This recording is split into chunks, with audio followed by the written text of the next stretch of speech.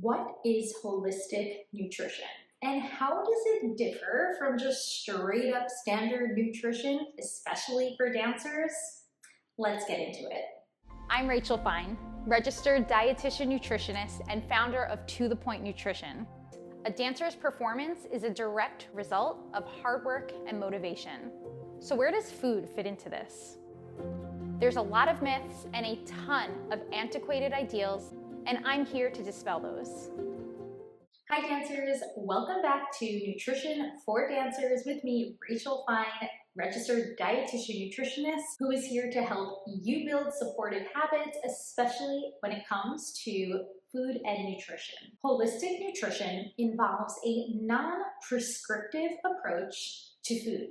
Instead of being told what we need to eat, when we need to eat, and how much we need to eat, dancers utilize self-discovery to determine what works best for them. Because a dancer's nutritional needs, they're individual. There's no one size fits all. And it's super important to remember this because grabbing any arbitrary source of nutrition information from the web might not necessarily be applicable to you and your unique needs. Ultimately, holistic nutrition supports a dancer's entire being. This involves their physical well-being, such as their strength, endurance, and performance potential in class, but also their emotional well-being and their mental well-being. So many dance students feel, and I remember this when I was a dance student as well, that in order to be successful as a dancer, they need to put 250% into their dance training. Now here's the deal. There's no doubt that a certain degree of motivation, determination, and self-discipline is needed to succeed and flourish in the art of dance. But we also need to make sure that we're not on a road towards burnout.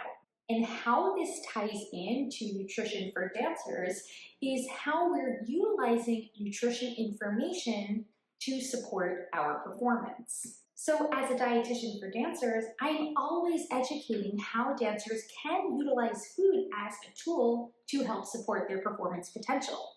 But how can we do this without it turning unsustainable and obsessive?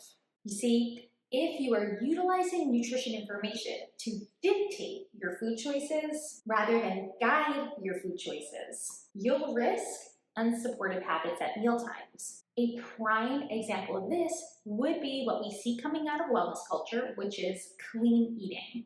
And very often, I see tools like nutrient density being utilized within the rhetoric to push clean eating lifestyles.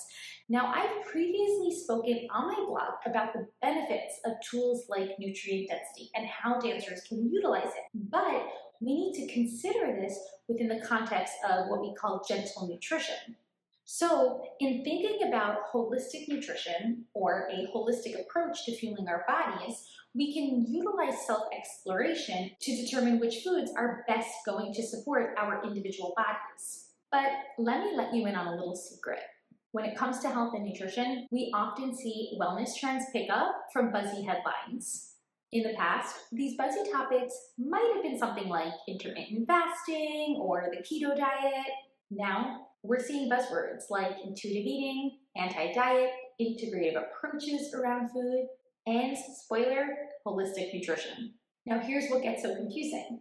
All of these techniques, they're all helpful for dancers, but they can also be guises for some pretty unsupportive food beliefs and rigid food rules. I often see this around foods like processed foods. The most important thing is that when it comes to nutrition information for dancers, you want to make sure it's coming from credible sources and those individuals who are licensed to provide it, such as registered dietitian nutritionists. And unfortunately, with the mainstream picking up headlines like integrative nutrition or holistic nutrition, it's very possible that this type of information isn't actually coming from a scientific basis. As a registered dietitian nutritionist, it is my ethical duty to deliver evidence-based practices to dancers. And what that means, identifying meal and snack time behaviors that are going to support you for the long run. Now, I previously discussed this But we know that nutrition education is an essential key to a dancer's performance potential. Implementing nutrition principles within your meals and snacks can help to support your energy, help to support your strength, and reduce your risk to injury. What does this look like? Making sure your meals and snacks are balanced among the 3 macronutrients: carbohydrates, proteins, and fats. This is providing your body with the most basic tools it needs to function, both on the metabolic but also on the physical level. Getting in a variety of different foods helps to ensure that you are getting a broad spectrum of micronutrients, phytonutrients, antioxidants, and more from your food choices. But dancers, here's where I need you to listen very carefully. Before we dive into any principle centered around nutrition education, we need to make sure that your relationship with food is supported. And this is why everything I do as a dietitian for dancers here at To The Point Nutrition and within the Healthy Dancer is based upon a very unique framework, a 6-step framework, in fact, because we need to first make sure that a dancer's relationship with food is solid, that we are building that solid framework. From there, we can build up and learn how to utilize all of these techniques and tools, including nutrient density, food neutrality, food flexibility, the list goes on, so that you can support your mealtime decisions. If we jump to nutrition education too soon, then it's likely, especially for dancers who have more perfectionist and type A tendencies, to take that information to the 200th degree and turn what could otherwise be seamlessly supportive information into very unsupportive and even obsessive habits at mealtimes. Some examples of this might be avoiding all processed foods or being fearful of foods that are rich in fat or rich in carbohydrates, or maybe thinking that when it comes to what diet culture would deem to be more indulgent type foods like desserts, that dancers shouldn't be eating them. Those restrictive food thoughts. Realize that any source of information, whether it's presented through the lens of holistic nutrition or not, if it's causing you to feel a certain degree of self-doubt at mealtimes, then it's likely pushing a more restrictive eating routine. And this is what we need to steer clear of. The bottom line, any food and nutrition advice, even if it's packaged to you in this guise of holistic wellness, if it's telling you to restrict, avoid, or even proceed with caution around a certain food or food group, or what I see most often around dancers is the fear of processed foods, then we really need to reevaluate the type of nutrition education you're consuming.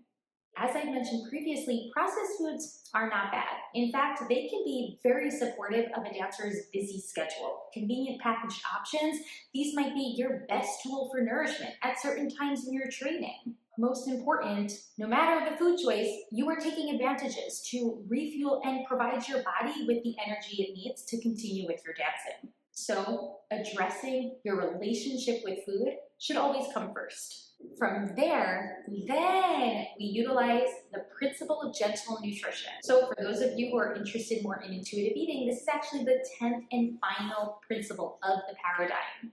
And what I've translated within the Healthy Dancer framework as nutrition without obsession. It teaches us how to utilize nutrition information without obsessing over it.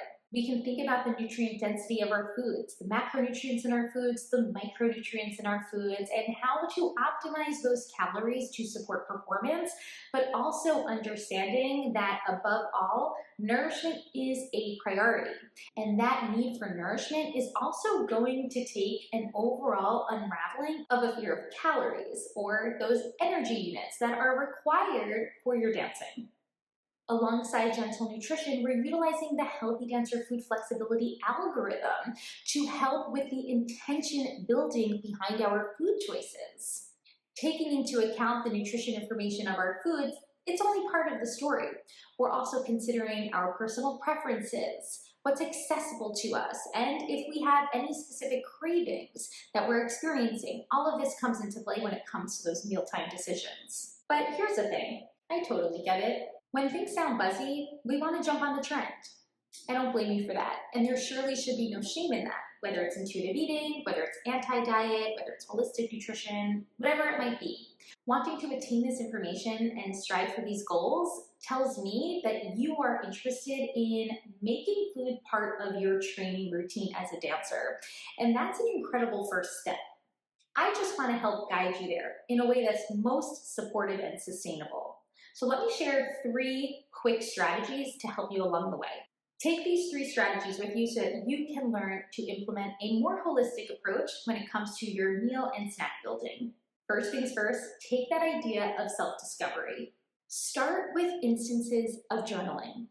Can you identify experiences of intuitive appetite cues like hunger and fullness throughout your day? Start to notice when feelings of hunger come up for you. Start to notice how you are experiencing fullness upon eating. You can utilize some tools that I've shared previously on my blog, like the hunger fullness scale in this work. You can even get into starting to identify those different types of hunger as you're moving throughout your day. Remember, there's 5 different types. There's biological hunger, there's rebound or that extreme level of hunger. Then there's practical hunger, the one that we most often use for dancers with proactive fueling. There's also taste hunger and emotional hunger, all of which you can learn more about on my blog.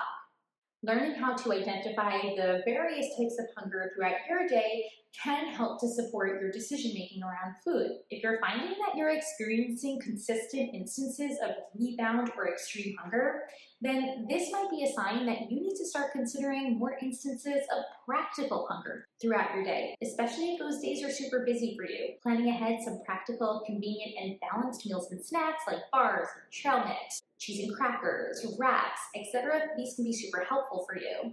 You might also be noticing several instances of taste hunger or emotional hunger coming up through your day. In regard to emotional hunger, there's nothing inherently wrong with this. We just want to make sure we have additional coping tools, especially when we're experiencing emotional distress. Next step is considering fundamentals of performance nutrition, but of course in a way that doesn't feel obsessive. I've got 5 specific values that I want you to consider here. The adequacy of your meals and snacks. Are you eating enough to support you? Now, I previously discussed, both on my channel but also on my blog, how to identify ways in which you are eating enough. And most often that might be thinking about how your appetite is feeling throughout the day. If you're experiencing consistent levels of extreme hunger and extreme fullness, could be a red sign. If you're experiencing physiological implications like relative energy deficiency in sport or red S, this could also be a helpful sign in determining whether or not your meal plan is adequate. We also want to consider a variety of our meals, making sure we're getting in a variety of foods to get in a spectrum of micro and macronutrients. We're thinking about what I mentioned earlier, food flexibility, making sure that our food choices are not dictated by food rules, but rather by food preferences and food experiences. Implementing the principles of sports nutrition is very important here. Learning how to incorporate enough carbohydrates. This is probably one of the biggest downfalls that I see with dancers, is just not eating enough of them. And even eating enough grain-based carbohydrates is super important. You're also thinking about your hydration plan and making sure that you are focusing on electrolyte replenishment, especially during those hot and humid summer months. We also want to think about foods that are supporting post-performance recovery. And as I mentioned previously, our post-performance recovery nutrition plan is only as good as our pre-performance nutrition plan. Again, going back to that idea of making sure our overall food behaviors are adequate for our higher level of physical activity. All of this focuses on an inclusive way of eating, not an exclusive way of eating. We want to think about the foods that we can add to our daily meal plans, not the foods that we need to avoid or restrict. Finding credible sources who are encouraging these sustainable behaviors is going to be super important for dancers.